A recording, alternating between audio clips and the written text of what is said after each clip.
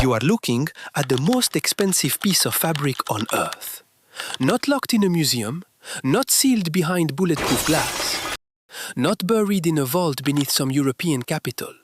It hangs in the open air, under the desert sun, in the most crowded courtyard ever built, where 2 million pairs of hands reach for it every single year. 658 square meters of pure black silk, 120 kilograms of 24-karat gold wire stitched into its surface, 100 kilograms of silver thread braided beneath it, 68 Quranic verses embroidered in Toulouse calligraphy, so intricate that a single golden letter takes a master craftsman 8 months to finish. Its name is the Kiswa. Its value is incalculable. And in 2025, somebody walked up to it with a pair of scissors. Stop the frame right there. Because what happened next inside the Masjid al-Haram was captured on camera, leaked to the internet and detonated across the Muslim world faster than any headline that year. But the footage only shows you 2 seconds. 2 seconds of a hand, a glint of metal, and a guard lunging forward. It does not show you what led to those 2 seconds. It does not show you the 1400-year obsession that humanity has had with this single cloth. And it certainly does not answer the question that 50 million viewers typed into their screens that night. Was it devotion or was it a crime? Let us start with the cloth. The kiswa is not decoration. If you strip away every piece of marble, every chandelier, every loudspeaker and surveillance camera from the Grand Mosque, the kiswa would still be there. It predates the mosque itself. A Yemeni king named Tuba Abu Karib Asad is believed to have draped the first covering over the Kaaba sometime in the 5th century, long before Islam, long before the Prophet Muhammad walked the streets of Mecca. He started with palm leaves, then striped Yemeni cloth, then fine linen, and something about the act stuck. Covering the Kaaba became an unbroken human tradition that has now survived longer than most civilizations. After the conquest of Mecca in 630 CE, the Prophet himself replaced the damaged covering with Yemeni fabric. The Umayyad caliphs sent Egyptian linen embroidered with royal insignia. The Abbasids introduced black silk, the color that endures to this day, chosen not merely for beauty, but because black resists the relentless Arabian sun better than any other dye. For nearly 700 years after that, the kiswa was manufactured in Cairo, at a workshop called Dar al-Kiswa, and carried across the desert in a colossal annual procession led by the Amir al-Hajj. Whichever kingdom funded that cloth held spiritual leverage over the entire Muslim world. Egypt held it, the Ottomans fought for it. And when King Abdulaziz consolidated Saudi rule over the Hijaz, he built his own factory. By 1962, Cairo's looms fell silent. The kiswa has been woven in Mecca ever since. Today it is produced at the King Abdulaziz complex for Holy Kaaba Kiswa in Mecca's al-Jawud district. If you walk through its doors, you would not see a factory. You would see something closer to a cathedral of craft. Over 200 specialized artisans work here year-round.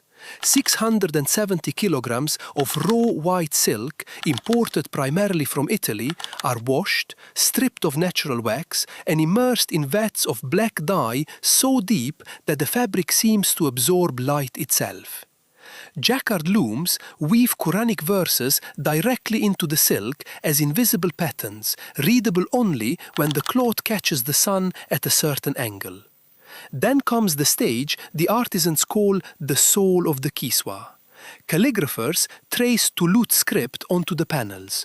Embroiderers lay cotton stuffing beneath the outlines and then stitch gold and silver wire over it by hand, creating letters that rise 2 centimeters off the surface in 3-dimensional relief. Roughly 7,400 individual threads make up the golden belt alone, a band called the hizam that wraps around the Kaaba's midsection for 47 meters without a single break. The door curtain, the sitara, hangs nearly 8 meters tall and weighs more than some of the pilgrims who weep at its foot. 47 panels, 12 months of labor. 22 million Saudi riyals in annual cost, approximately $6 million every year, for a cloth that will be removed in 12 months and replaced with an identical one. The old panels are cut away, cleaned, treated against bacteria, and either stored in climate-controlled archives, gifted to heads of state, or divided into small framed fragments for dignitaries and museums. They are never sold.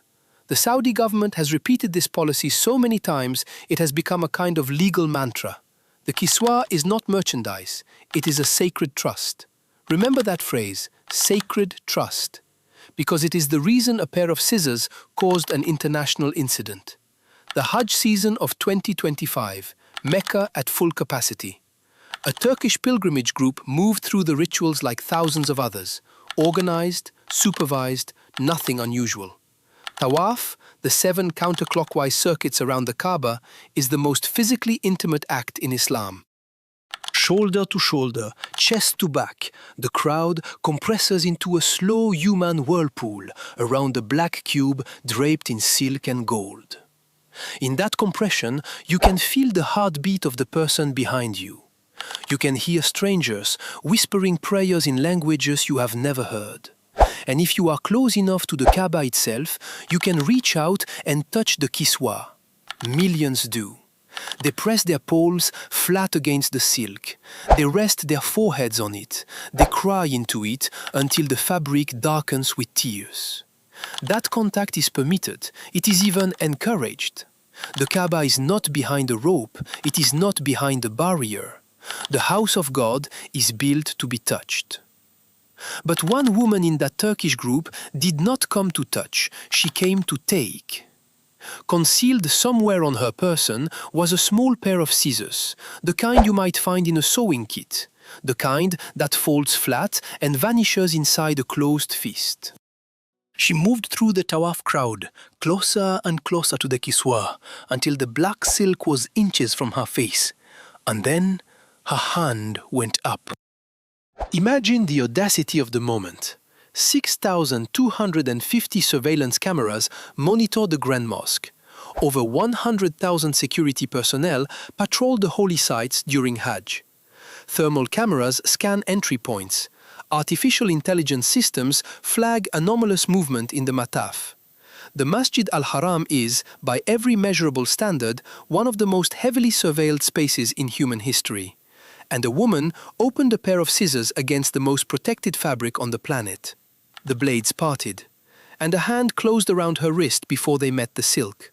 Saudi security officers stationed within the mataf, trained specifically to monitor the perimeter of the kiswa, intercepted her in a motion so fast the surrounding pilgrims barely registered it. The scissors were removed from her grip. She was pulled away from the cloth and escorted through a service corridor, out of sight, while the river of Tawaf continued circling behind her as if nothing had happened. But the cameras had seen it, and cameras, unlike security officers, do not keep secrets. Within hours, the footage surfaced on every platform: Facebook, Instagram, TikTok, X. Millions watched the clip on loop, a shadow moving toward the Kaaba, a brief metallic glint, a sudden intervention. And then the comments ignited. Condemnation came fast, and it came hard. Scholars across the Muslim world called the act a violation of the sanctity of the haram. The kiswa is not a relic to be harvested. It is not a tourist souvenir. Tampering with the Kaaba or anything affixed to it is a criminal offense under Saudi law, punishable by detention, prosecution, and deportation. Her Turkish Hajj group issued a statement distancing themselves almost immediately. Saudi authorities took her into custody. No name was released, no trial was publicized. The kingdom handled it the way it handles all haram-related incidents, quietly, firmly, and behind closed doors. But then, a second wave of reaction rolled in. Quieter, more conflicted, more human. She was not a vandal, people wrote. She did not want to destroy the cloth. She wanted to carry a piece of it home, a piece of the house of God, something she could hold in her hands when the memory of Hajj began to fade. People confessed in forums and comment sections that they had felt the same impulse. that they had pressed their palms against the kiswah during tawaf and wished, just for a moment, that they could fold a corner of it into their pocket and carry that feeling back to their ordinary lives. The argument was simple. If the old kiswah is already cut into pieces and gifted away every year, what sacred principle did this woman violate by wanting a fragment of the living one?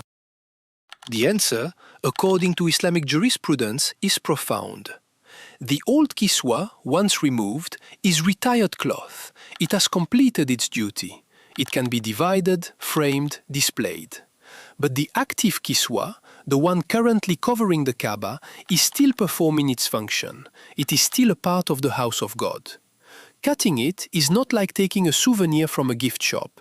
It is like tearing a page from a Quran that is being recited. It is like chipping a stone from a mosque while prayers are still echoing inside its walls. The kiswa is not sacred because of what it is made of.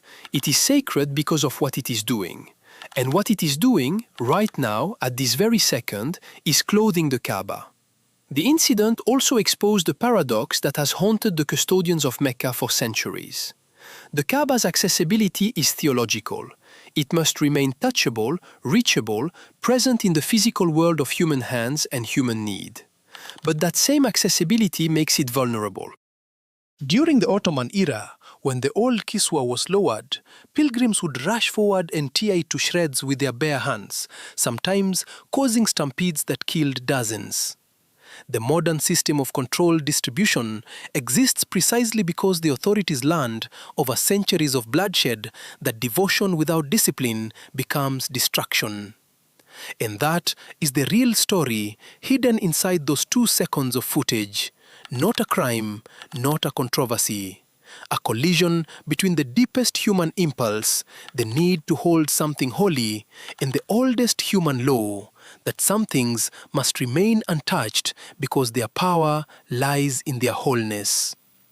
The kiswa has survived worse than a pair of folding scissors. It survived the Kameshan massacre of 930 when Abu Tahir al-Janabi's raiders stripped the cloth and left the Kaaba naked and bleeding. It survived floods that filled the courtyard to the height of a man. It survived fires that scorched its surface black in a different way.